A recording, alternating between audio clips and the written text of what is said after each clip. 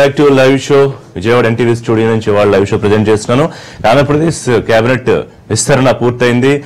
దాదాపు 2 సంవత్సరాలు 9 మాసాల తర్వాత జరిగిన విస్తరణలో అనేక మంది ఆశావహులు తమకు మంత్రి పదవి కోసం ఆశపెట్టున్నారు. ముఖ్యంగా చాలా మంది సీనియర్లు మొదటి నుంచి కూడా పార్టీకి కష్టపడి పనిచేశాం, ఈసారి అవకాశం వస్తుందని ఎదురు చూసిన వాళ్ళకి అవకాశం రాకపోవడంతో కొంత అసంతృప్తి బాహాటంగా కొంతమంది వెల్లడించారు. కొంతమంది లోపల రగిలిపోతున్న పరిస్థితి. ముఖ్యంగా కొంతమంది ఎమ్మెల్యేలు అయితే రాజీనామాల వరకు వెళ్లారు. పార్టీ సభ్యత్వాలకు కూడా రాజీనామా చేయాలని కార్యకర్తల నుంచి ఒత్తిడి పెరుగుతోందని కూడా కొంతమంది ఎమ్మెల్యేల విషయంలో మనం చూసాం. అయితే అందరితో సంప్రదించిన తర్వాతే నిర్ణయం తీసుకున్నాము, కొంచెం అటు ఇటు అయినా అందరూ కలిసి పనిచేయాలి, వచ్చే ఎన్నికల్లో గెలుపు టీమ్ గా దీన్ని అభ్యర్థిస్తున్న ముఖ్యమంత్రి ఆదిస్తిగానే పనిచేయాలని అందరికీ దిశానిర్దేశం చేశారు. దీన్ని ముఖ్యంగా వైసీపీకి చెక్ పెట్టే ఒక కొత్త మంత్రివర్గంగా చూడాల్సిన అవసరం కూడా ఉందా? రాయలసీమ తంత్రం లేకపోతే బీసీ మంత్రం రెండూ పాటించారని కూడా ఇవాళ పత్రికలు రాశాయి. చూద్దాం ఏ రకంగా కూర్పు ఉందని భావిస్తారు. అలాగే ప్రతిపక్షం దీని ఒక బ్లాక్ డే గా అభివర్ణించింది. పార్టీ ఫిరాయింపుల ఎమ్మెల్యేలకి మంత్రి పదవులు ఇవ్వడం మీద సర్వత్రా విమర్శలు వ్యక్తం అవుతున్న పరిస్థితి గురించి కూడా మాట్లాడదాం. మనతో పాటు లైవ్ షోలో ఇవాళ జాయిన్ అవుతున్నారు టీజేఆర్ సుధాకర్ బాబు గారు, కాంగ్రెస్ పార్టీ ప్రధాన కార్యదర్శి, వారు మాజీ స్టేట్ యూత్ ప్రెసిడెంట్ గా కాంగ్రెస్ పార్టీకి పనిచేశారు. అలాగే వై రఘునాథ్ బాబు గారు, ఆంధ్రప్రదేశ్ బీజేపీ ఉపాధ్యక్షులు, పార్టీ ముఖ్య నాయకులు. వర్ల రామయ్య గారు, Andhra Pradesh housing corporation chairman, Telugu Desam party senior నాయకులు, మాజీ ఎమ్మెల్యే. అలాగే జోగి రమేష్ గారు, మాజీ ఎమ్మెల్యే, వైఎస్ఆర్సీపీ ముఖ్య నాయకులు మనతో జాయిన్ అవుతున్నారు. రైట్ రామయ్య గారు, ఒకటి ముఖ్యమంత్రి మొదటి నుంచి సుదీర్ఘ కసరత్తు చేశారు. దీన్ని అన్ని రకాలుగా రాజకీయ సమీకరణాలు, కుల సమీకరణాలు, ప్రాంతీయ సమీకరణాలు, కానీ ఇంత రివోల్ట్ ఎక్స్పెక్ట్ చేసి ఉంటారు కదా ముఖ్యమంత్రి. అంటే పేర్లు చెప్పుకుంటే చాలా ఉన్నాయి. సీనియర్ నాయకులు అయితే బొజ్జలు కానివ్వండి, బుచ్చయ్య చౌదరి కానివ్వండి, దూళిపాళ్లు కానివ్వండి, వీళ్ళు బండారు కానివ్వండి, కొత్త నాయకులు అయితే బొండా, కాగితం వెంకట్రావు, వీళ్ళందరూ కూడా రాజీనామాల వరకు వెళ్లేంత సీన్ వస్తుందని ఎక్స్పెక్ట్ చేశారా? ఇది రివోల్ట్ అనేది పెద్ద మాట. రివోల్ట్ ఏదో నిరసన తెలియజేస్తున్నారు, ఒక అసంతృప్తి తెలియజేస్తున్నారు. ఇక్కడ మంత్రి మండలి కూర్పులో చేర్పులో మనం ఒకటి ఆలోచించవలసింది, that is the special priority of the chief minister. ఆయన సొంతగా తీసుకునే నిర్ణయం ఎవరిని మంత్రివర్గంలో తీసుకోవాలి, ఎవరిని చేయాలనేది. చంద్రబాబు నాయుడు గారు తనకున్న అపారమైన అనుభవంతో, పరిపాలనా అనుభవం కావచ్చు, రాజకీయ అనుభవం రెండు కూడా జోడించి ఆయన మా ముందు ఒక పెద్ద పెను సవాలు ఉంది. రాజధాని నిర్మాణం కానీ, నవ ఆంధ్రప్రదేశ్ కొత్త వేపాటం కానీ దీన్ని చేయాలంటే 2000 అన్నిటికన్నా పెద్దది రాజకీయ సవాల్ ఏంటంటే వైసీపీని ఎదుర్కొని వచ్చే ఎన్నికల్లో అధికారులకు రావడం అనేది. అది మా పెను సవాలే కాదు. వైసీపీని ఎదుర్కోవటం అనేది పెను సవాల్ కాదు. అదే we care little for it. దాని గురించి మా ముందున్న పెను సవాలు రాజధాని నిర్మాణం, రాష్ట్ర నిర్మాణం. రాష్ట్ర ప్రజల ఆకాంక్షలు నెరవేర్చే బాధ్యత తెలుగుదేశం పార్టీ. అందుకని 2019లో కూడా మేము అధికారంలో ఉండవలసిన చారిత్రాత్మక అవసరం ఉంది. ఎందుకు అవసరం ఉందంటే ఈ రాష్ట్రం మేమే చేయాలి, అంటే మిగతా వాళ్ళు చేయలేరు అని కూడా అనక తప్పదు నాకు. మిగతా వాళ్ళు చేస్తే అస్తవ్యస్తం అయిపోతుంది ఇప్పుడు. అందుకని 2019లో కూడా తప్పకుండా అధికారంలో ఉండాలంటే ఈ కేబినెట్ అవసరం. ఈరోజు చంద్రబాబు నాయుడు గారు అందరికీ ఉంటుంది మంత్రి పదవి చేయాలని, శాసన రాజకీయంలోకి వచ్చిన ప్రతి ఒక్కరికి మంత్రి చేయాలని ఉంటుంది. ఎమ్మెల్యే మంత్రి అవసరమైతే ముఖ్యమంత్రి ఈ లైన్ లోనే ఉంటారు తప్పితే మామూలుగా ఎమ్మెల్యే అయిన వాడు ప్రతి ఒక్కరు కూడా మంత్రి పదవి వైపు చూస్తారండి. ఈ పదవి నాకు చాలు, నాకు మంత్రి పదవి. ఎక్కువ మందికి ముఖ్యమంత్రి గతంలో ప్రామిసులు చేసి ఉన్నారా? అందుకే నిన్న అంతమంది అసంతృప్తి స్వరం బయట. సీఎం గారి క్యారెక్టర్ కూడా ఇక్కడ ఒకసారి చెప్పాలి. నాకు తెలిసి 16 ఏళ్ల సాన్నిహిత్యం నాది చంద్రబాబు నాయుడు గారు, 16 years. ఎప్పుడు కూడా ఎవరికి కూడా ఆయన ప్రామిస్ అనే మాట చేయరండి. How ever close you may be, ఎంత క్లోజ్ కావచ్చు, ఎంత ఎఫిషియెంట్ లీడర్ అయ్యి అవకాశం ఉంటే చూద్దామని చెప్తారు. చూద్దామమ్మా, ఆయన దగ్గర ఆయన పడిగట్టు పోదాము, చూద్దామమ్మా, అంతే తప్ప ఈ చూద్దామని నువ్వు ఒక టేక్ ఇట్ గ్రాంటెడ్ గా తీసుకుంటే అది నీ కర్మ. ఆయన ఎవరికి కూడా వచ్చే కేబినెట్ లో నువ్వు మంత్రివి, వచ్చే కేబినెట్ లో నువ్వు ఎంపీవి, వచ్చే కేబినెట్ లో నువ్వు ఫలానని ఎవరికి చూద్దామమ్మా, ఓకే మళ్ళా చూద్దాం. దాన్ని తీసుకొని ఈ రోజున ఈ మంత్రి మండలి తప్పకుండా 2019లో తెలుగుదేశం పార్టీని అధికారంలో కూర్చోబెట్టే విధంగా ఉంది. సామాజిక న్యాయం కానీ, సమర్థత కానీ రెండింటిని కూడా జోడించి ఏర్పాటు చేసిన మంత్రి మండలి ఇది. మాట్లాడదాం విషయం. రమేష్ గారు, ఎందుకు దీన్ని నిన్న బ్లాక్ డే గా అంత పెద్ద మాట ఎందుకు వాడారు జగన్మోహన్ రెడ్డి? ప్రజాస్వామ్యవాదులందరూ కూడా నిన్న జరిగిన మంత్రివర్గ విస్తరణ ప్రజాస్వామ్యాన్ని పరిరక్షించే వాళ్ళందరూ కూడా ఖండించాల్సిన రోజండి. ఒక పక్క తెలంగాణలో నీ పార్టీకి చెందిన తలసాని శ్రీనివాసరావు గారిని తీసుకుంటే నెత్తి నోరు కుట్టుకుని గవర్నర్ని, ముఖ్యమంత్రిని, టీఆర్ఎస్ పార్టీని అక్కడి నుంచి రాష్ట్రపతి గారి దాకా వెళ్లి నానాయాగి చేసిన ఈ చంద్రబాబు నాయుడు గారు, మీ దగ్గర రికార్డ్స్ అన్ని ఉన్నాయి, మీరు ఆయన మాట్లాడిన ఒకసారి ప్లే చేస్తే తెలుస్తుంది. అక్కడేమో నీతులు చెప్పిన చంద్రబాబు నాయుడు గారు ఈ రోజు నిన్న చేసింది బ్లాక్ డే కాక ఏముందండి. ఆయన పార్టీలో ఉన్న ఎమ్మెల్యేలు అంటే చేవ తెచ్చిన వాళ్ళైనా, వాళ్ళ పార్టీలో ఉన్న ఎమ్మెల్యేలు మంత్రులుగా చేసే అనుభవం లేదన్నా, వాళ్ళ పార్టీలో ఉన్న ఎమ్మెల్యేలు ఇంకొక పెద్ద చాలా క్లియర్ గా తెలుస్తోందిగా. వైసీపీకి చెక్ పెట్టడానికి అటు రాయలసీమ తీసుకున్నా లేకపోతే మిగతా ఏ ప్రాంతాలు తీసుకున్నా నలుగురు ఎమ్మెల్యేలకి మంత్రి పదవి ఇస్తే వరలరామయ్య అసమర్థుడేనా? వరలరామయ్య గారు మంత్రి పదవి రఘునాథ్ బాబు గారు మాట్లాడారు. ఇది స్కూల్ కాదు, నువ్వు చెప్పేంత నేను కాముగా గురించి చెప్పండి.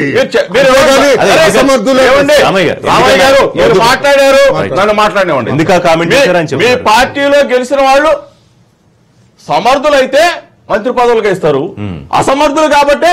అంటే రమేష్ గారు వైసీపీ నుంచి వచ్చిన వాళ్ళకి ఎందుకు పదవులు ఇచ్చారో మీకు తెలుసు, తెలుగుదేశం పార్టీ ఏమండి అందరికీ తెలుసు కదా. రిషి గారు, రాజ్యాంగాన్ని పరిరక్షించవలసిన ముఖ్యమంత్రి రాజ్యాంగాన్ని తుంగలో దొక్కాడు, దాన్ని కాపాడవలసిన గవర్నర్ వ్యవస్థ అక్కడే తప్పు చేశాడని చెప్పేసి మొత్తం కూడా రాజ్యాంగాన్ని బస్సు పట్టించారని చెప్పేసి మాట్లాడుకుంటున్న ఈ రోజుల్లో అసలు కనీసం అక్కడన్నా తలసాని శ్రీనివాస యాదవ్ రాజీనామా లెటర్ ఇచ్చాడు స్పీకర్ కి. ఇక్కడ కనీసం రిజిగ్నేషన్ లెటర్లో కూడా ఇవ్వకుండా పట్టపగలు అమరావతి మన రాజధానికి వచ్చి ఇక్కడికి వచ్చి ప్రజాస్వామ్యాన్ని కూని చేస్తే ఇంతకన్నా నేను కోటి అడుగుతా ఉన్నాను, తెలుగుదేశం పార్టీని అడుగుతా ఉన్నాను, ముఖ్యమంత్రి నారా చంద్రబాబు నాయుడు గారిని అడుగుతా ఉన్నాను. మీ పార్టీలో ఎమ్మెల్యేలు సమర్థులు కదా? మీ పార్టీలో ఎమ్మెల్యేలు ఇంకోటి కూడా అడుగుతా ఉన్నా, ఆడవాళ్ళ గాజులు వేసుకున్నారా? మళ్ళీ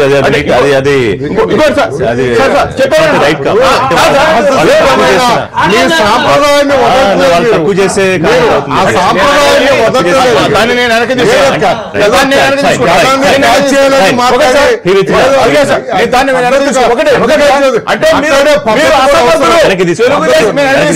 మీ పార్టీలో ఉన్న ఎమ్మెల్యేలు గెలిచిన వాళ్ళు అసమర్థులుగా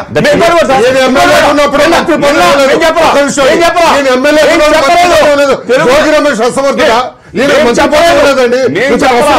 మీ పార్టీలో వాళ్ళు కాంగ్రెస్ ఉన్నప్పుడు పాయింట్ వదిలేశారు. సీనియర్ మంత్రులు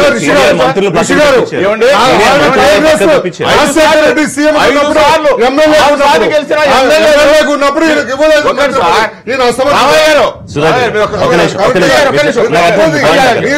ఎందుకో మీరు వీటిలో నుంచి బయటపడలేకపోతే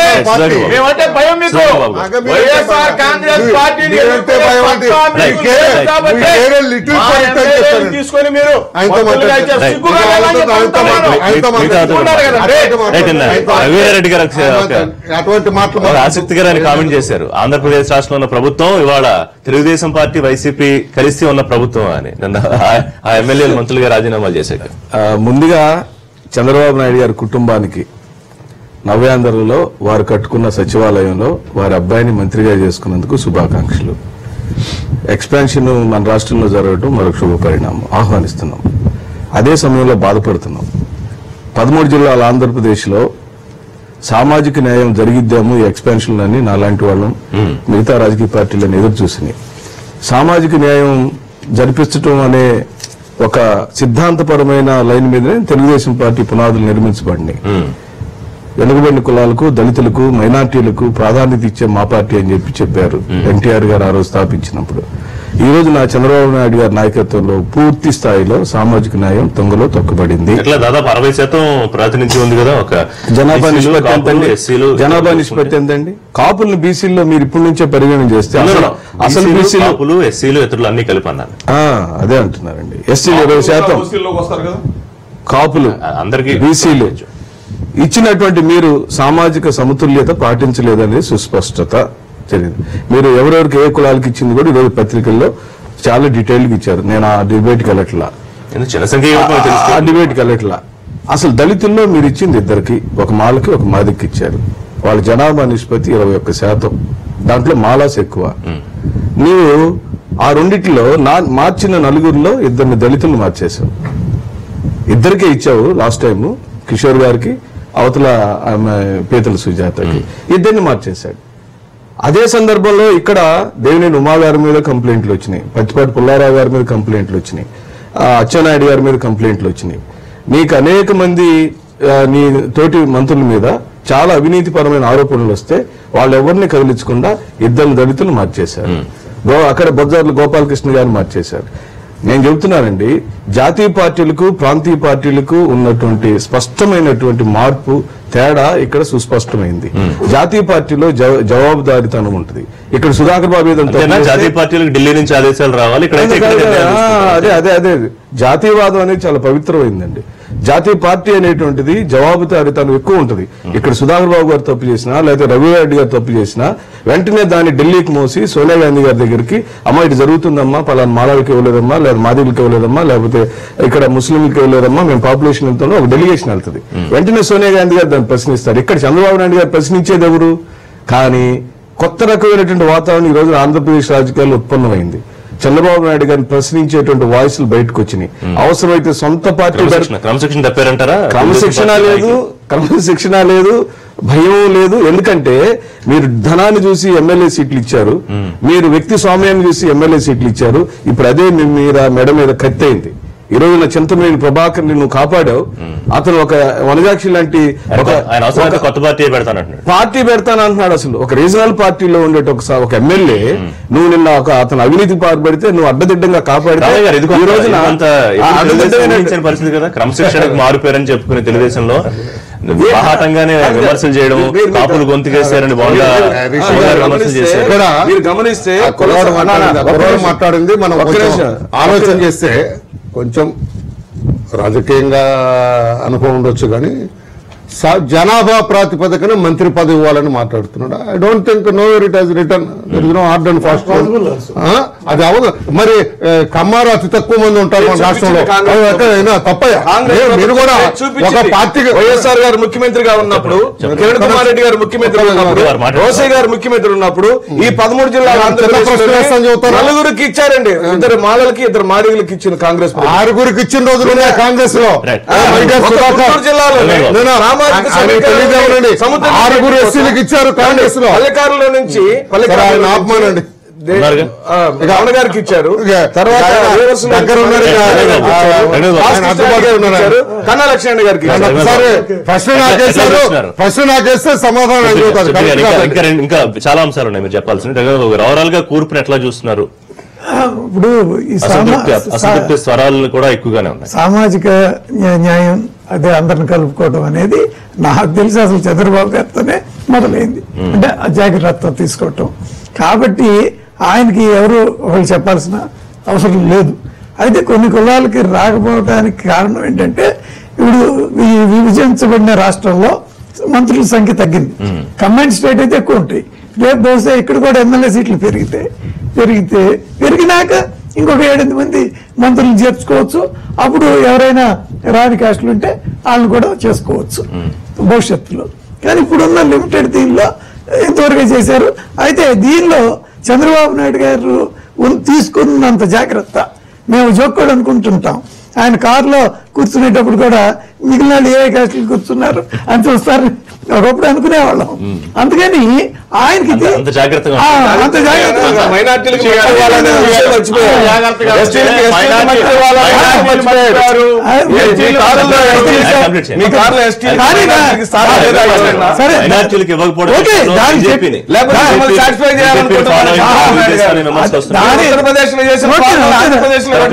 ఇప్పుడు రేపు అసెంబ్లీ సీట్లు పెరిగినాక మంత్రి పదవులు పెరిగినాక గ్యారంటీగా వాళ్ళందరికీ వస్తారు. అంటే ఇప్పుడు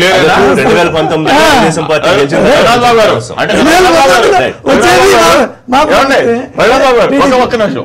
అంటే ఇప్పుడు ముస్లింస్, మైనార్టీస్, ఎస్టీలు మన ఆంధ్రప్రదేశ్ లో లేరనా? ఇప్పుడు లేరనా?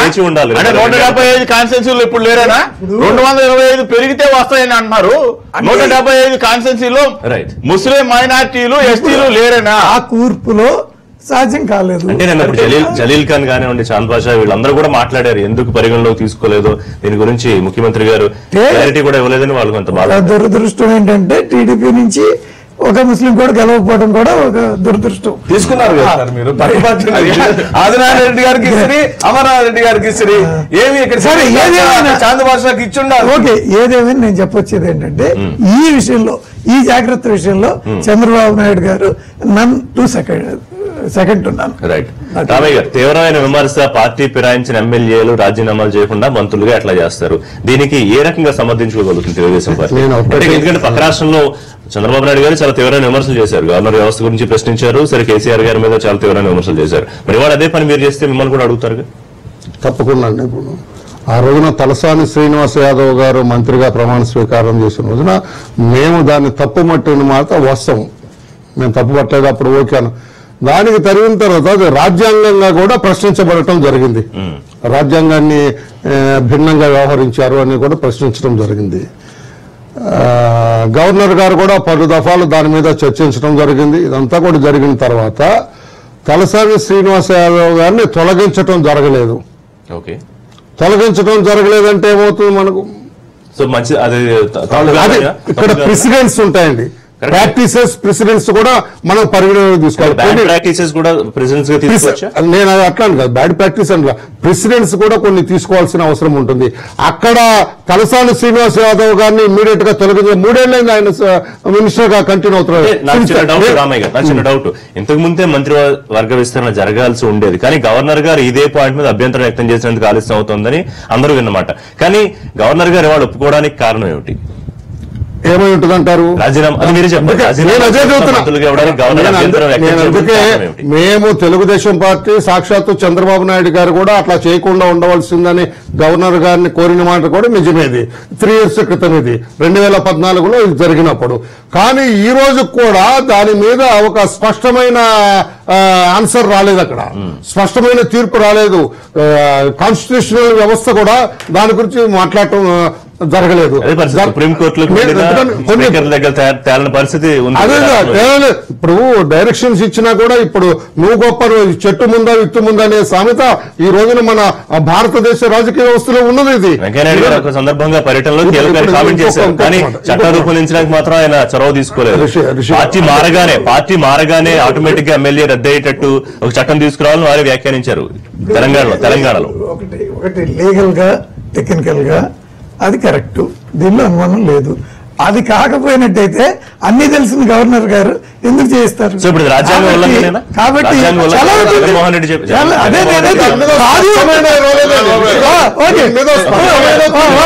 ఒక్క నిమిషం, ఒకవేళ ఇది రాజ్యాంగ ఉల్లంఘన లేకపోతే చట్ట విరుద్ధం అయితే కోర్టులో ఆల్రెడీ ఈ కేసు కోర్టులో ఉంది కదా, ఇంకొక సప్లిమెంటరీ వేసుకుని కోర్టులో ఇట్లా వీళ్ళకి మంత్రి పదవులు ఇవ్వకూడదు అని ఒక డైరెక్షన్ ఎందుకు తెచ్చుకోలేకపోయారు?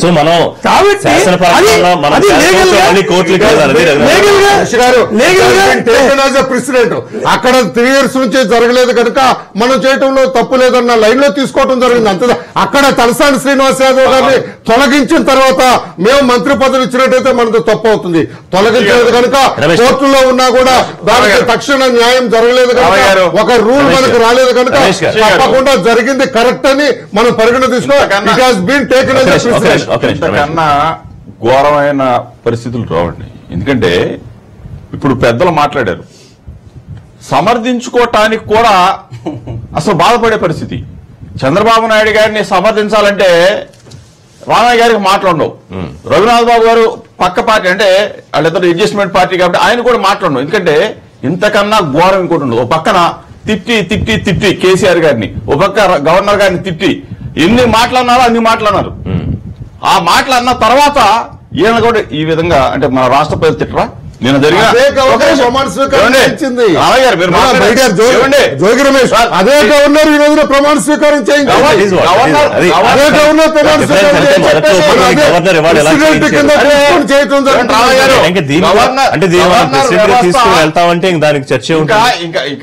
గవర్నర్ వ్యవస్థ దానికి వేస్ట్.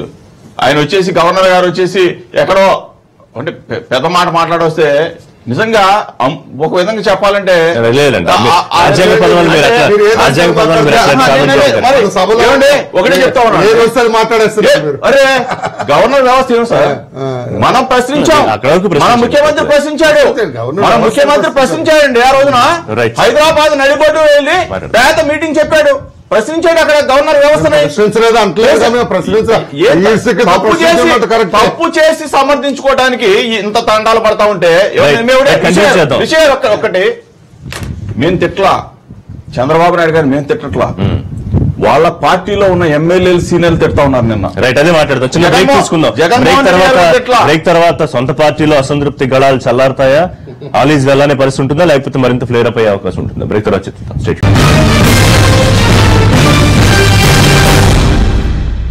నుండి కాంగ్రెస్ ప్రతిపక్షాల కామెంట్స్ నైతిక విలువలకు తిలోదకాల ప్రజాస్వామ్యానికి అభాస్యమ ఇదొక పక్కనైతే సీనియర్లలో విపరీతంగా పెరిగిపోయిన అసంతృప్తి, ఇన్నాళ్లు పార్టీకి సేవలు చేసిన మమ్మల్ని పక్కన పెడతారా, లేకపోతే పార్టీ నుంచి కొత్తగా వచ్చిన వాళ్ళకి ఇస్తారా అనేది. ఇప్పుడు బుచ్చయ్య చౌదరి గారి ఆవేదన, వారి లేఖ కూడా మనం చూసాం, బజ్జల గోపాలకృష్ణ గారి ఆవేదన, తర్వాత కొంతమంది సీనియర్ ఎమ్మెల్యేలు, వీటిని ఎట్లా పార్టీ సంసిద్ధం చేస్తుంది? ఎందుకంటే ఇవాళ ఉన్న పరిస్థితుల్లో వాళ్ళ అసంతృప్తి కనుక పెరిగితే ప్రమాదకరం కదా రాజకీయంగా, అవతల మరో బలమైన పార్టీ ఉండగా. ఇవన్నీ కూడా మనం టీ కప్పులో తుఫాన్ అని ఒక మాట వాడుతున్నాం. మంత్రి పదవి ఆశించడం తప్పులేదు. చంద్రబాబు నాయుడు గారు రాష్ట్ర ముఖ్యమంత్రిగా లేకుంటే పార్టీ అధినేతగా నీకు మంత్రి పదవి ఇస్తున్నాను ఫలాని తారీఖున, లేకుంటే ఫలాని సంవత్సరంలో అని చెప్పి ఆయన మాట తప్పితే నువ్వు అసంతృప్తి వ్యక్తం చేయాల్సిన అవసరం ఉంది, నువ్వు ఆందోళన. ఇక్కడ ప్రతి ఎమ్మెల్యే అయిన ప్రతి వ్యక్తి మంత్రి పదవి కావాలని కోరుకోవటంలో అది లేదు. ధూళిపాళ నరేంద్ర గారు లాంటి నాయకులు కోరుకోవడం కూడా కరెక్ట్ కాదంటారా? ఎలా కోరుకుంటారండి? కోరుకోవడం ఎలా కోరుకున్నారు? నీకు 5 సార్లు ఎమ్మెల్యే అయితే మంత్రిగా ఇవ్వాలని ఉందా? మంత్రి అట్లా నేను అదే చెబుతున్నా. మంత్రి పదవి కూర్పు గాని ఆ చేర్పులు గాని మంత్రి పదవి ఇవ్వటం అనేది ముఖ్యమంత్రి ప్రేయర్గేటివ్. అంటే ఇక్కడ కేవలం ఈక్వేషన్ ఏంటంటే సీనియారిటీ కాదు, కుల సమీకరణాలు, రాజకీయ సమీకరణాలు, ప్రాంతీయ సమీకరణాలు, ముఖ్యంగా సీమలో వైసీపీని టార్గెట్ చేయడం, ఇది ప్రధాన. ఇవన్నీ కూడా కాదండి. రాష్ట్ర నిర్మాణం మీద దృష్టి పెట్టాలి, రాజధాని నిర్మాణం మీద దృష్టి పెట్టాలి. 2019లో మనం అధికారంలో మరలా తిరిగి అధికారాన్ని చేజిక్కించుకోవాల్సిన చారిత్రాత్మక అవసరం ఉంది. దానికోసం ఈ రోజున ఇంత కసరత్తు చేసినారు. ఇందులో ఈ చేర్పుల కూర్పులో తప్పులేని చెప్పండి. మైనార్టీకి ఇవ్వలేదు, ఎస్టీకి ఇవ్వలేదు, ఇస్తారు. ఆ శాఖ కూడా ఒక సమర్థుడికి ఇచ్చి నన్ను డిస్టర్బ్ చేయదు. నేను డిస్టర్బ్ చేస్తే మిమ్మల్ని ఎవరిని మాట్లాడేవాడు కొంచెం ఒక్కడు నేననేది మరి మీరు అన్ని నాకు సమాధానం ఆయన సమాధానం చెబుతారు. కరెక్ట్ కాదు. నాకు ఎంత టైం ఇస్తారో నేను అడుగుతున్నా, చంద్రబాబు గారిని ఆ కులానికి ఎందుకు ఇవ్వలేదు, వీళ్ళకి ఇన్నే ఇచ్చారంటే ప్రశ్నించే హక్కు లేదండి.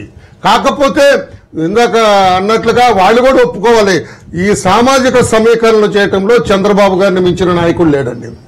కులాల్ని గౌరవించడంలో, సామాజిక వర్గాలను గౌరవించడంలో, తగిన ప్రాధాన్యత ఇవ్వటంలో ఆయన మించిన వాళ్ళు కొన్నిసార్లు ఇవ్వలేకపోతారు. చౌదరి గారికి ఇవ్వాల్సిందే, నరేంద్రకి ఇవ్వాల్సిందే. ముఖ్యమంత్రి గారు ఒక లేఖతో అంతా సెటిల్ అయిపోతుంది అనుకుంటున్నారా? అంటే మీరు ఏకతాటి మీద పనిచేయాలి, క్రమశిక్షణ గల పార్టీ మందని నేను ఒక లేఖ రాశారు ముఖ్యమంత్రి గారు. సో ఈ లేఖతో మొత్తం అంతా తప్పకుండా ఇప్పటికే అయిపోయింది. ఇప్పటికే ఇది తప్పకుండా ఇదే క్రమశిక్షణ కలిగిన పార్టీ అండి. చంద్రబాబు గారు జరుగుతున్న పార్టీ అసంతృప్తులన్నీ కూడా చల్లారిపోవాల్సిందే. అసంతృప్తులు చల్లారిపోవాల్సిందే. మన ముందు పెను సవాల్ ఉంది, దాన్ని రీచ్ అవ్వడం కోసం మన కోరికలు కూడా చంపుకోవాల్సిందే. వైసీపీలో గెలిచిన ఎమ్మెల్యేలు వెళ్ళిపోతున్నప్పుడే జగన్మోహన్ రెడ్డి గారు పెద్దగా పట్టించుకోలేదని అపోహ ఉంది. అంటే వాళ్ళని ఆగమని జగన్మోహన్ రెడ్డి గారు చెప్పలేదని ఇవాళ కొత్త వార్త వినిపిస్తుంది. ఎవరైతే అధికార పక్షంలో అసంతృప్తులు ఉన్నారో వాళ్ళకి ఎనవేసే కార్యక్రమం వైసీపీ చేసే అవకాశం ఉందని, అటువంటి అవకాశం ఉంటుందా? అసలు ఎట్టి పరిస్థితుల్లో దాని గురించి మేము ఆలోచించేయండి. ఈ రోజున మీరు చూశారు, శ్రీకాకుళం దగ్గర నుంచి మొదలు పెడితే నిన్న జరిగిన సంఘటనల మీద, అంటే మంత్రివర్గ విస్తరణ మీద, గౌతు శ్యామ సుందర్ శివాజీ గారి దగ్గర నుంచి, బండారు సత్యానందమూర్తి గారి దగ్గర నుంచి, మీరు ధూళిపాళ నరేంద్ర గారు, ఇక్కడ కాగితం ఇంత సీనియర్లంతా కూడా, ఇప్పుడు పెద్దల రామయ్య గారు అన్నారు, అమరావతి నిర్మాణంలో భాగస్వామి అయ్యే వాళ్ళని తీసుకున్నారు. అంటే వాళ్ళు భాగస్వాములు కాదండి, అంటే 5-6 సార్లు గెలిచిన ఎమ్మెల్యేలు సీనియర్లు. అంటే వాళ్ళు ఎక్స్పెక్ట్ చేయడంలో తప్పు లేదండి. ఎక్కడో మా పార్టీలో గెలిచిన వాళ్ళని తీసుకొచ్చి మీరు అందలం ఎక్కించి లేకపోతే నిన్నదా వాళ్ళ మీద సానుభూత వైసీపీకి లేకపోతే మీ వాళ్ళకి ఇచ్చారన్న ఎట్లా వారి భాషలో మేము అసలు ఆలోచనే చేయమండి. 21 మంది ఎమ్మెల్యేలని మీరు తీసుకున్నారు. మేము ప్రజాస్వామ్యంలో మీకు చాలా సార్లు చెప్పాం, అసెంబ్లీలో కూడా చెప్పాం. మీరు వాళ్ళతో రాజీనామాలు చేయించండి, ప్రజాక్షేత్రంలోకి వెళ్దామంటే దాని గురించి మీరు అంటే భయం అవ్వచ్చు, లేకపోతే ఎన్నికల్లో వెళ్ళిపోతే ఇవన్నీ అవ్వచ్చు. అంటే మేము ఒకటే చెప్తాం, ఎవరిని తీసుకుంటున్నారు, ప్రజాస్వామ్యాన్ని కూలీ చేస్తున్నారా లేదా. ఇప్పుడు ఒకటి ఆలోచన చేయాలి. ఈ రోజు ప్రజాస్వామ్య వ్యవస్థలో, రాజ్యాంగ వ్యవస్థలో మా పార్టీ నుంచి మీరు తీసుకున్నారు, రాజీనామా చేయించి మీరు మంత్రివర్గంలో తీసుకోండి. కాదని అసలు ఎవరు కూడా మాట్లాడే అర్హత కూడా లేదు. ఈ అసంతృప్తులు అనేవి 1-2 రోజుల్లో చల్లారిపోతాయి. ఎందుకంటే తెలుగుదేశం పార్టీలో బహిరంగంగా బయటకు వచ్చి పెద్దగా మాట్లాడే పరిస్థితి ఉంది. అదే గతంలో మనం కాంగ్రెస్ లో చూసాం, జాతీయ పార్టీ బీజేపీలో కూడా అంత ఎక్కువ వాయిస్ లేం బయటకు రావు. ఎన్టీఆర్ గారు పార్టీ పెట్టిన తర్వాత ఆ పార్టీలో తిరుగుబాట్లు వచ్చిన చరిత్రను ఒకసారి మీరు పరిశీలిస్తే, నాకున్న అనుభవం నాకున్న సమాచారం ప్రకారం మొదటి తిరుగుబాటు నాదెండ్ల భాస్కరరావు గారు, రెండో తిరుగుబాటు శ్రీనివాసరెడ్డి గారు. ఇవన్నీ సెన్సేషన్స్ అండి. ఆ రోజు అసలు ఒక మనిషి నాయకత్వం మీద ఒక కామెంట్ చేయటం రీజనల్ పార్టీస్ లో అంటే అది పెద్ద రాజకీయ వ్యవహారం. ఈ రోజున చింతమనేని ప్రభాకర్ సొంత పార్టీ పెడతా అన్నాడు. మామూలుగా అయితే పాత తెలుగుదేశం పార్టీలో అయితే ఈ పార్టీకి అతను సస్పెండ్ చేయటము, పార్టీ నుంచి బహిష్కరించడం జరిగి ఉండేది. కానీ చంద్రబాబు నాయుడు గారి వైఖరిలో 13 జిల్లాల రాజకీయాల్లో కొత్త రకమైన చంద్రబాబు నాయుడు గారు కనపడుతున్నాడు. నేను లిబర్టీ కాదు, ఆయన కాంప్రమైజింగ్ మెథడ్ లోకి వెళ్ళిపోయారు. లిబర్టీ కాదండి, కాంప్రమైజింగ్ మెథడ్. ఆయన కార్పొరేట్ సెక్టార్స్ లో బందీ అయిపోయాడు. అతను చింతమనేని ప్రభాకర్ అనేవాడు స్వయం ప్రతిపత్తి కలిగిన ఆర్థిక స్తోమత కలిగిన వాడు. ఇతను కాదంటే వైఎస్ఆర్ కి పోతాడు, వైఎస్ఆర్ కదా బీజేపీ. సపోజ్ చింతమనేనికి మంత్రి పదవి ఇచ్చి కామెంట్ చేసేవారు, ఆఫీసర్లు కొట్టిన చింతమనేనికి చెప్తాను. ఆయనకి ఇవ్వాలి ఇవ్వకూడదని మా డిబేట్ ఆ పాయింట్ కాదు నేను అంటుంది. నిన్న చింతమనేని ప్రభాకర్ చేసిన స్వతంత్ర పార్టీ పెట్టుకుంటాననే కామెంట్ చాలా పెద్ద కామెంట్. అది చంద్రబాబు నాయుడు గారు ముఖ్యమంత్రిగా ఉన్నప్పుడు తనలో ఒక ఎమ్మెల్యే ఆ కామెంట్ చేయడం. కిషోర్ కూడా ఆయన మాయావత్తో సంప్రదింపులు జరుపుతున్నారు. ఇక్కడ బీఎస్పీ పార్టీకి చేయడానికి ఎట్లాంటి వార్తలు వచ్చాయి. ఒకసారి మంత్రి కాకపోతే వేరే పార్టీలు పెట్టుకునే అంత స్థాయిలో రియాక్షన్ అనేది అసలు నాకు తెలిసి ఇప్పుడు కొత్త రకమైన వాతావరణం అండి. 3 సీరియల్ కాదు, కొత్త చింతమనేని ప్రభాకర్ గారికి వైసీపీ ఉంది, లేదా జనసేన ఉంది, లేదా బీజేపీ, కాంగ్రెస్ 4 ఆప్షన్స్ ఉన్నాయి. ఎక్కడికైనా పోతాడు. అప్పుడు గ్యారెంటీ ఉండదు కదా, డబ్బులు ఉన్నాయండి, డబ్బులు సంపాదించుకునే అవకాశం ఇచ్చారు. ఒక్కటండి,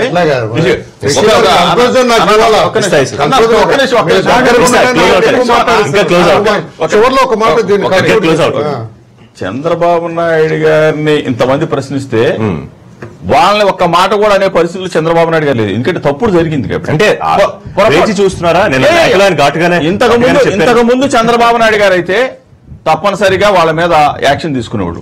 ఈ రోజున చంద్రబాబు నాయుడు గారిలోనే తప్పు ఉంది కాబట్టి, చంద్రబాబు నాయుడు గారు చేసిన విధానాల్లో పొరపాటు ఉంది కాబట్టి ఎవరిని కూడా ఇప్పుడు నిజంగానే ఆయన ఒకటి సార్, ఇప్పుడు బోండా వాయిస్తారు ఉన్నారు, నిన్నేం మాట్లాడారండి, కాపుల గొంతుకు వస్తా ఉన్నారంటే ఇప్పుడు ముద్రగడ గారు ప్రశ్నించేది కూడా కరెక్ట్ అయిపోయింది. భేటీ తర్వాత సెట్ అయిపోయింది, సీఎం తో భేటీ సెట్ అయిందా కాదు సార్. ముందేం చెప్పాడు ఆయన, ముందేం చెప్పాడు, కాపుల గొంతు కోస్తా ఉన్నారు అని చెప్తే అంతకన్నా ఇంకేమైనా ఉందండి. పార్టీలో ఈ మార్పు దారితీస్తుందా రణల్ బాబు గారు? ఏం జరగదు. అసలు రామయ్య గారు చెప్పినట్టు ఇది టీ కప్పుల్లో తుఫాను.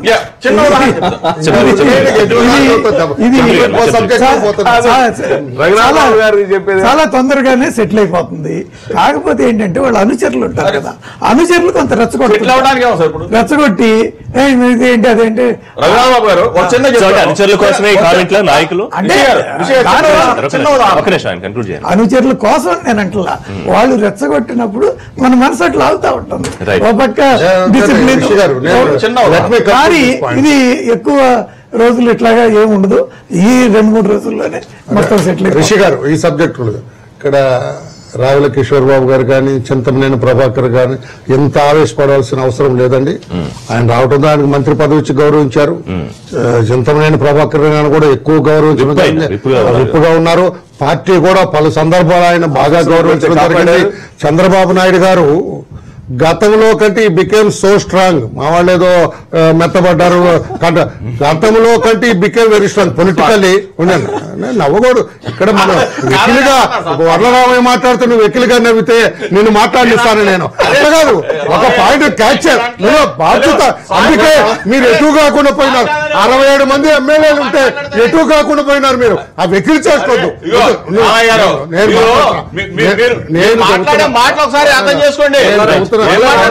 చంద్రబాబు నాయుడు గారు వరలరామయ్య గారు డిబేట్స్ లో అంతగా మాట్లాడే వరలరామయ్య గారి స్వరంలో తేడా ఉంది. ఈ రోజు అంతగా ముందు కంటే ముందు కంటే ఇవన్నీ కూడా సమస్య పోతాయి. ఇవన్నీ కూడా ఉండే కాదు, అన్ని సమస్య పోతాయి. మన రాష్ట్రంలో తుఫాన్ అంటున్నారు కానీ మనసులో ఉన్న బాధ ఎవరికి పోదు. ఇప్పుడు చిన్న ఉదాహరణ నేను చెప్పేది, రామయ్య గారు ఉన్నారు, పార్లమెంట్ ఇన్ఛార్జి, ఆయన తీసేశారు, కల్పన తీసుకున్నారు. ఆయన బాధ ఉండదా? బాధ ఉండదు చెప్పానండి, చెప్పండి. నాకే పెట్టేశారు ఇప్పుడు. అంటే మీ బాధ గురించి రమేష్ గారు బాధపడుతున్నారు. చూద్దాం అసలు స్వరాలు పెరుగుతాయా తగ్గుతాయా. కంక్లూడింగ్ రఘునాథ్ బాబు గారు చెప్పండి మీ పాయింట్. ఒక మాట చెప్తాను. కౌంట్ డౌన్ మొదలైన చంద్రబాబు నాయుడు గారికి ఏ విషయంలో లోకల్ బాడీ ఎమ్మెల్యేస్ ద్వారా గెలిచిన ఎమ్మెల్సీలో మ్యానిపులేషన్స్ పై చేసి సాధించినప్పటికీ అది విమర్శలు రైట్. గ్రాడ్యుయేట్స్ కాన్స్టిట్యున్సీలో కానివ్వండి, లోకల్ బాడీస్ లో కానివ్వండి, స్పష్టమైనటువంటి వైఖరి టీచర్స్ గ్రాడ్యుయేట్స్ ఇద్దరు తీర్పు ఇచ్చేశారు. వారు జాగ్రత్త పడాల్సిన ఆవశ్యకత ఉంది. తప్పు మీద మళ్ళీ తప్పు చేశాడు. 2 వర్గాల్ని దారుణంగా అపహాస్యం చేశాడు, మైనార్టీల్ని, ఎస్టీల్ని. చాలా బలమైనటువంటి వాదం అది. ఆ 2 వర్గాలను విస్మరించడం చాలా దారుణమైనటువంటి పరిస్థితి. సామాజ్య రాజ్యాన్ని పరిపాలించాల్సిన నిన్న విజయవాడకు వచ్చారు. సరే మళ్ళీ ఎప్పటిలాగే మీరు అలవాటు ప్రకారం వారికి సన్మానం కూడా చేశారు, చట్టబద్ధత కల్పించారు ప్యాకేజ్. కానీ అది పక్కన పెడితే ముఖ్యంగా ఇక్కడ బలపడే అవకాశం మీద సూచనలు ఏమన్నా స్ట్రాంగ్ గా వచ్చాయా? అంటే సొంతంగా ఏదో పోటీ చేయాలి వచ్చే ఎన్నికలకి అనే సూచనలు కూడా బలపడాలని కోరుకుంటాం. That is okay. కానీ తెలుగుదేశం పార్టీతో కలిసి బలపడాలన్నా విడిగా బలపడి సొంతంగా? ఫర్ ఎగ్జాంపుల్ మేము బలపడ్డాం అనుకోండి ఇదివరకటి కంటే. ఇప్పుడు భార్య భర్తల్లో భార్య కూడా ఇంకా అప్లిఫ్ట్ అయితే కుటుంబానికి మంచిదే కదా. మీ వాళ్ళు తెలుగుదేశం పార్టీ ఇంకా అంతే కదా. ఇప్పుడు భార్యకు ఒక ప్రమోషన్ వస్తే లేదా ఒక ఉన్నతి వస్తే అది ఎవరికి లాభం? కుటుంబానికి. కాబట్టి ఇది మొత్తం తెలుగుదేశం పార్టీతో పొత్తు వల్ల ఇక్కడ కానీ అక్కడ కానీ కొన్ని సీట్లు మీరు గెలుచుకోగలిగారని చాలా మంది తెలుగుదేశం నాయకులు చెప్పింది. ఇప్పుడు మీరు చెప్పేది ఏంటంటే మీ వల్ల తెలుగుదేశం పార్టీకి ఏదో కొత్తగా బలం. నేను అట్లా అంటలా. నేను అనేది ఇవాళ మేము ఇంకా బలపడితే ఎవరికి లాభం? కంబైన్డ్ గా కుటుంబానికంటే ఇద్దరికైనా కదా. సో మేము బలపడటం అనేది తెలుగుదేశానికి చాలా. సో ఇప్పటికైతే వచ్చే ఎన్నికలు ఉమ్మడిగానే బలంగా ఉండాలి, ఉమ్మడిగానే పోటీ చేయాలనే ఆలోచనతో బీజేపీ దేశంలో ఇప్పటికే రీజనల్ పార్టీస్ మీద అటాక్ చేస్తుంది. ఇక్కడ తెలుగుదేశం పార్టీ అంత బలహీన పడితే ముందు లాభపడే బీజేపీనే. వాళ్ళు చెప్పకపోయినా వాళ్ళు మిషన్ ఏపీ మొదలు పెట్టారు. వారికి ఆ విషయం తెలుసు, ఆల్రెడీ మొదలు పెట్టారు. ఏమండి సోమవీర్రాజు గారు ఏం మాట్లాడుతున్నారు? మీరు ఈ రోజు వారు అనొచ్చు కానీ పైకి ఏదో మాట్లాడొచ్చు కానీ ఆల్రెడీ బీజేపీ వాళ్ళు ఆంధ్రప్రదేశ్ లో బలపడటం కోసం స్వతంత్రంగా రేపు ఎలక్షన్ చేయడం కోసం సిద్ధపడుతున్నారు. ఈ రోజున చంద్రబాబు నాయుడు గారితో తప్పుల మీద తప్పులు చేస్తున్నారు. తెలుగుదేశం పార్టీ ఇది కరెక్ట్. సుధాకర్ బాబు గారు బీజేపీని కూడా విడిగా ఎదుర్కోవాల్సిన పరిస్థితి ఇవాళ కాంగ్రెస్ పార్టీకి ఎంతో కొంత బలపడదామనే ప్రయత్నం చేస్తున్న కాంగ్రెస్ పార్టీకి ఆంధ్రప్రదేశ్ లో. మాకు అసలు మేము వచ్చే 2019 ఎలక్షన్ లో చాలా బలమైనటువంటి రాజకీయ శక్తిగా కాంగ్రెస్ పార్టీ 170 అసెంబ్లీలు ఉనికి కాదండి. రేపు ఎలక్షన్ చూడండి మీరు. ప్రజలు కోరుకుంటున్నారు ఈ రోజున సామాజిక న్యాయం. 175 అయితే మొన్న పెట్టాము మేము. మొన్న 175 అసెంబ్లీలు చేసాం, 25 పార్లమెంట్లు చేసాం. రేపు చాలా బలంగా చేస్తాం. చిరంజీవి గారు లాంటి బలమైనటువంటి నాయకత్వాలు, కేవీపీ గారు లాంటి రాజకీయ పండితులు, రఘురెడ్డి లాంటి బీసీ బలమైనటువంటి నాయకులు, సామాజిక న్యాయం. మీరు గమనిస్తే ఇంకా కేంద్ర మంత్రులుగా పనిచేసిన 6 మంది కాంగ్రెస్ లోనే ఇంకా ఉన్నారు. 4 రాష్ట్ర మంత్రులుగా పనిచేసిన వాళ్ళు. అది కాంగ్రెస్ పార్టీ యొక్క బలం. రైట్. రామయ్య గారు ఎట్లా చూస్తున్నారు? మీకు బలం ఇచ్చే దిశగా బీజేపీ ఎదిగే ఆలోచన, అవసరమైతే విడిగా బలపడే ఆలోచన చేస్తూ చాలా స్పష్టంగా సంకేతాలు ఇస్తాం. బీజేపీ విడిగా ఆంధ్రప్రదేశ్ రాష్ట్రంలో బలపడాలని ప్రయత్నం చేస్తారని నేను అనుకోను. ఎందుకంటే ఈ రాష్ట్రంలో బీజేపీకి ఉన్న ప్రత్యేకమైన పరిస్థితులు ఉన్నాయి. తెలుగుదేశం పార్టీతో కలిసి బలపడతా ఉన్నది, దానికి పాసిబిలిటీ ఉంది. స్వతంత్రంగా బలపడే ఆలోచన బలపడాలి అన్న ఆలోచన బీజేపీ సాధ్యం కాదంటారా బీజేపీకి సొంతంగా బలపడే ఆలోచన రాదు వాళ్ళకి. ఒకవేళ వస్తే సాధ్యం కాదా? ఇక తెలుగుదేశం పార్టీ ఇక్కడ ఉండగా మేము కూడా మన పవన్ కళ్యాణ్ గారు నేను పోటీ చేస్తే మాకు ప్రత్యర్థి అవుతాడు ఆయన పోటీ చేస్తారనుకోండి. మాతో కలిసి ప్రయాణం చేస్తున్నారు ఆయన. బీజేపీతో కలిసి మేము ప్రయాణం చేస్తున్నాం. రేపొద్దున బీజేపీకి మాకు డిఫర్ అయ్యామనుకోండి, ఇండివిజువల్ గా పోటీ చేస్తున్నాం మాకు ప్రత్యర్థి అవుతుంది బీజేపీ. అందుకని మేమనేది ఆయన లేకపోయినా తెలుగుదేశం పార్టీకి అంతర్లీనంగా కొంచెం అనుకూలంగానే ఉంటారు. ఆయన తెలుగుదేశం ప్రభుత్వం అధికారంలో ఉండాలని కోరుకుంటున్నారు పవన్ గారు. చంద్రబాబు నాయుడు గారు ముఖ్యమంత్రి అవకాశం ఇచ్చారు. ఇప్పుడు చంద్రబాబు నాయుడు గారు ముఖ్యమంత్రితోనే ఆయన కోరుకుంటున్నారు. ఆ ముఖ్యమంత్రిత్వంలోనే రాష్ట్రం బాగుపడుతుంది అనే నమ్మకాన్ని కూడా పలుమార్లు వ్యక్తం చేయడం జరిగింది. బీజేపీ వాళ్ళు మేము కలిసే ప్రయాణం చేస్తాం తప్పితే మీరు ఎంతమంది కోరుకున్నా కాంగ్రెస్ వాళ్ళు మేము చూడండి 2019లో మా సినిమా అంటున్నారు. ఆ సినిమా క్లోజ్ అయిపోయింది. ఆంధ్రప్రదేశ్ రాష్ట్రంలో కాంగ్రెస్ పార్టీకి సినిమా ఇప్పుడప్పుడే రాదండి. జీవోత్సవాలు వచ్చే అవకాశం దానికి లేవండి. వరలరామయ్య గారు 19 చూద్దాం. బీజేపీ టీడీపీ బీజేపీ సొంతంగా వచ్చే అవకాశం ఉంటుందా? బీజేపీలో ఒక వర్గమేమో సొంతంగా పోటీ చేయాలని ఆలోచన, ఒక వర్గమేమో కలిసి పోటీ చేయాలని ఆలోచన. ఇవన్నీ కూడా సోమవీర్రాజు గారు లాంటి ఆయన చూసాం చాలా సార్లు. సొంతంగా మనం బలం పుంజుకోవాలనే ఆలోచనతో వాళ్ళు హైకమాండ్ మీద కొంతమంది ఒక వర్గం ఏమో కలిసే చంద్రబాబు నాయుడు గారితో కలిసి ప్రయాణం చేయాలి. ఈ కలిసి ఉన్నా ఏం చేసినా కానీ రెండు పార్టీలు ఈ రోజున అంటే ఆంధ్రప్రదేశ్ లోకి వచ్చేసరికి సాక్షి టీవీలో ఈ మధ్య కన్నా లక్ష్మణ గారి ఇంటర్వ్యూలో అఫీషియల్ గా ఆన్ రికార్డు వారు ప్రకటించింది ఏంటంటే బీజేపీ వాళ్ళకి ఎక్కడ కార్యకర్తలకు పనులు జరగట్లేదు. ఎంఆర్ఓ ఆఫీసులో చాలా మంది బహిరంగంగా చెప్తున్నారు. మనం అనుకోవటం కాదు, పట్టించుకోవట్లేదు. ప్రధానమంత్రి గారి ఫోటో కూడా ఆంధ్రప్రదేశ్ రాష్ట్రంలో కరువు అయిపోయిందన్న పరిస్థితి చాలా మంది లీడర్లు చెప్తా ఉన్నారు. కేంద్రం నుంచి డబ్బులు వస్తా ఉన్నాయి, కేంద్రం నిధులు ఇస్తా ఉన్నాం, కనీసం ప్రధానమంత్రి గారి ఫోటో కూడా పెట్టడానికి రాష్ట్ర ప్రభుత్వం ముందుకు రావట్లేదని చెప్తా ఉన్నారు. వాళ్ళ మధ్య నడుస్తా ఉన్నాయి కదా. అన్ని ట్రాన్స్పరెంట్ గా ఆన్లైన్ లో పద్ధతిగా అయ్యేటప్పుడు మనం వాళ్ళు రికమెండ్ చేస్తే అయ్యే పరిస్థితి తగ్గిపోయింది. వాళ్ళు ఊహించుకున్నారు ఏదో జరిగిపోవాలి, బీజేపీ విడాకులు జరిగిపోవాలి, కలిసి బాగా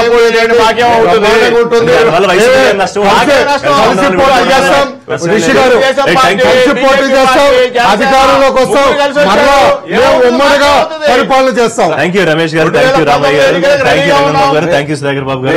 దేవుడు కోరుకుంటాం మీ ఇద్దరు కలిసే పోటీ. Vijayawada live show Vijayawada studio నుంచి రేపటి లైవ్ షో తిరిగి కలుద్దాం. Keep watching NTV.